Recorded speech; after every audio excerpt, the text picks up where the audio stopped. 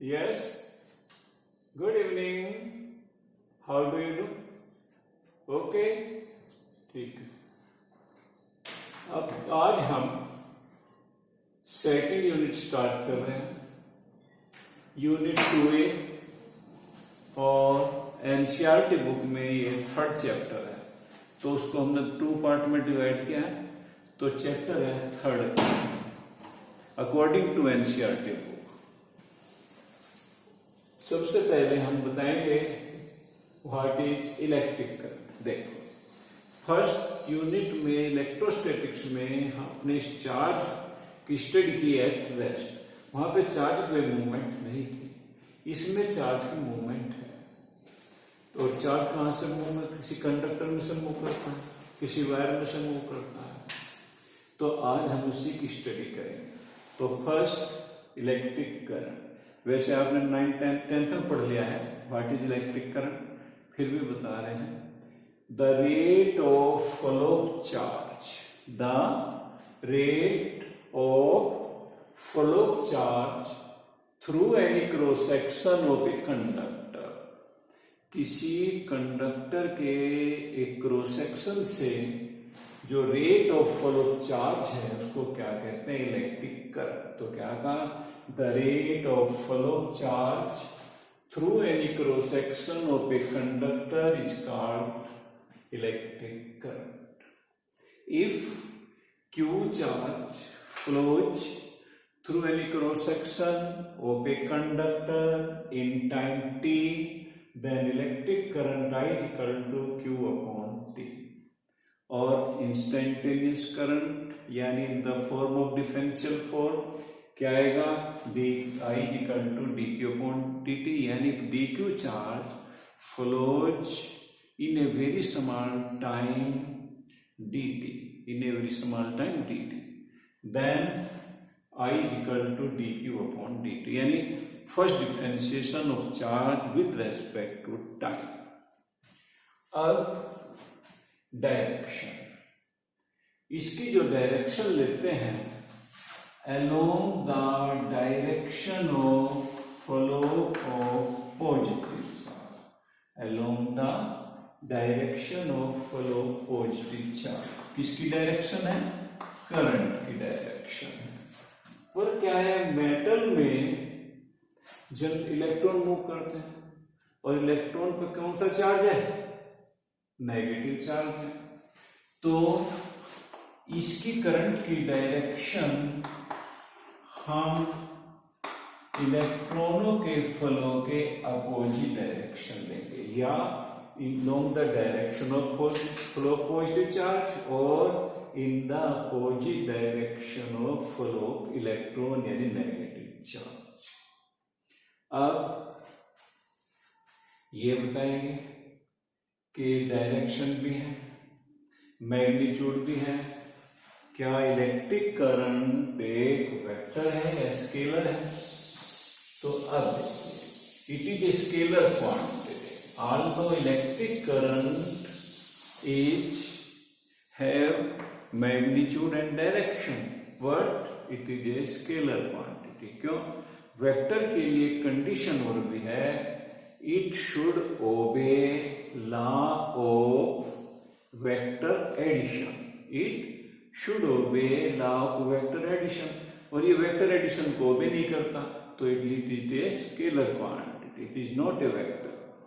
तो अब आपसे तक क्या बता, the rate of flow of charge through any cross section of a conductor is called electric current. If A charge Q flows through any cross section of a conductor in time t, then current is equal to Q upon T in differential form, I an instantaneous current I equal to dq upon dt। अब direction क्या बताई, इस direction is taken along the direction of flow of positive charge, but in metals electron move, so a direction is taken in the opposite direction of flow of electron। Vector है, scalar है, it is a scalar quantity, because वैसे तो tensor है बताएंगे, पर आप इसको scalar भी कह सकते हैं कि मैग्नीट्यूड भी है, डायरेक्शन भी है, पर ये स्केल हम स्केलर कहेंगे because it does not obey law of vector addition. अब इसकी unit, its SI unit is ampere. Ampere fundamental quantity है, प्लस 1 बताया था।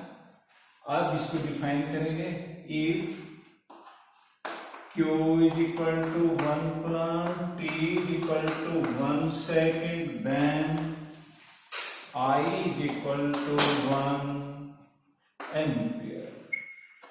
तो क्या कहेंगे, if 1 coulomb charge flows through any cross section of a conductor in 1 second, then current is equal to 1 ampere। अब हम एक दो न्यूमेरिकल बताएंगे इलेक्ट्रिक करंट के ऊपर, नोट्स में दो न्यूमेरिकल बता रहे हैं।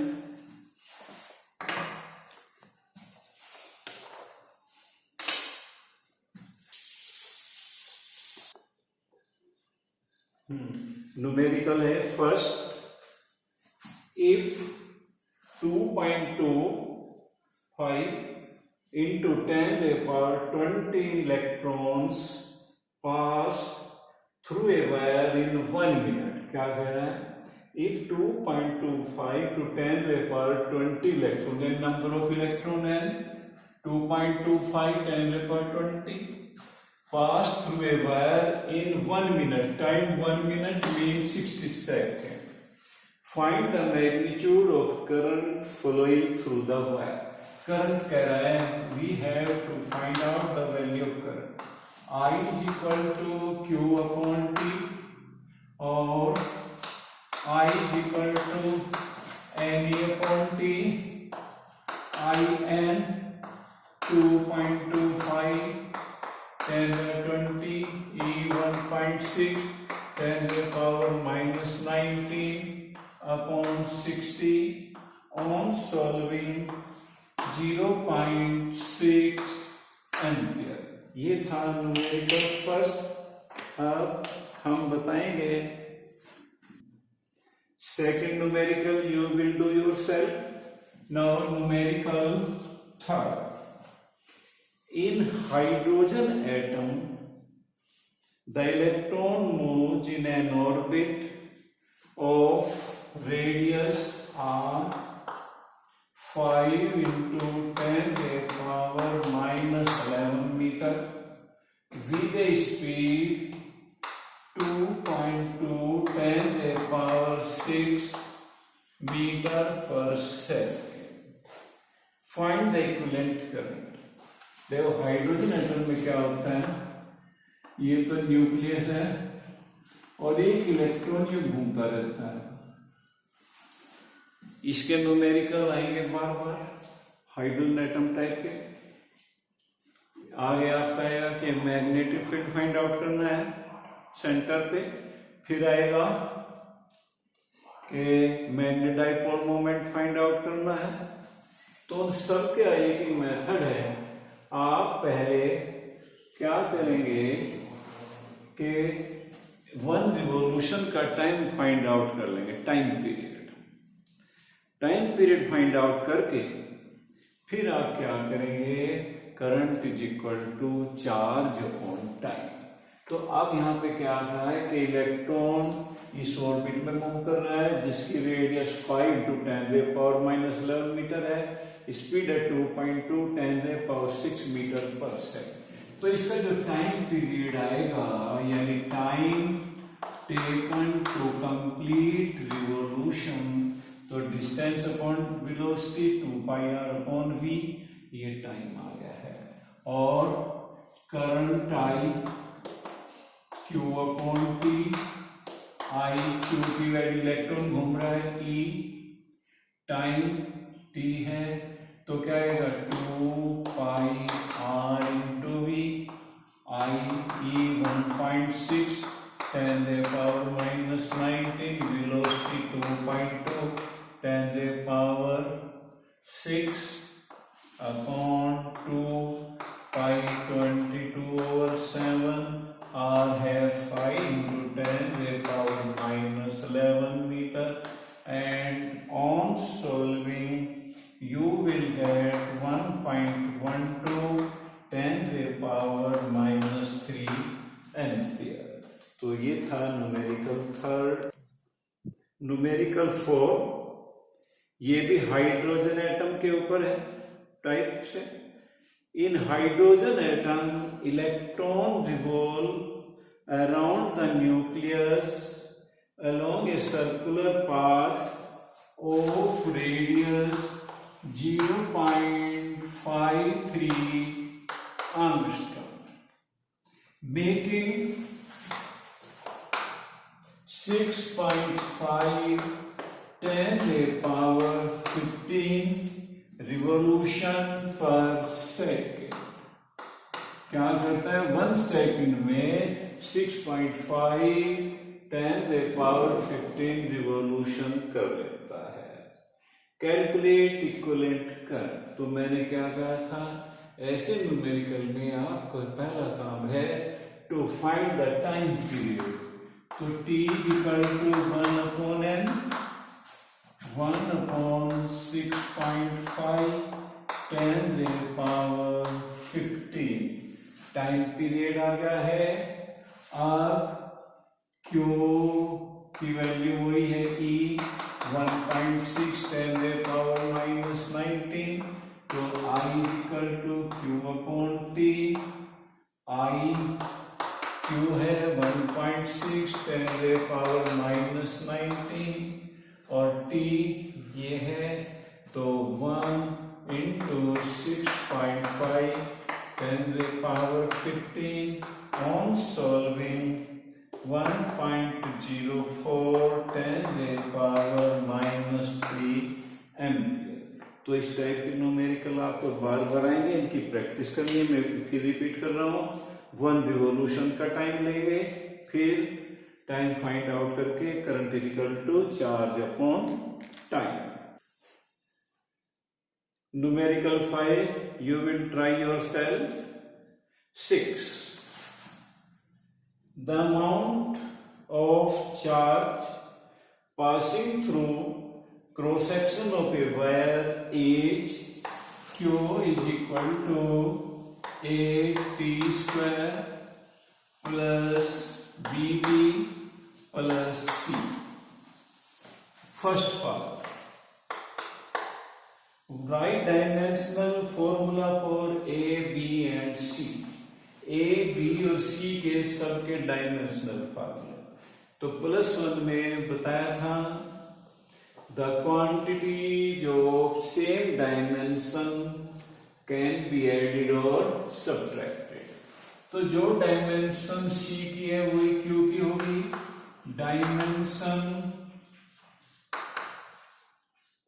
Of C is equal to dimension of Q और चार्ज की होती है A इंटू T। अब dimension of B into T is equal to dimensions of Q। Dimension of B dimension of Q/T।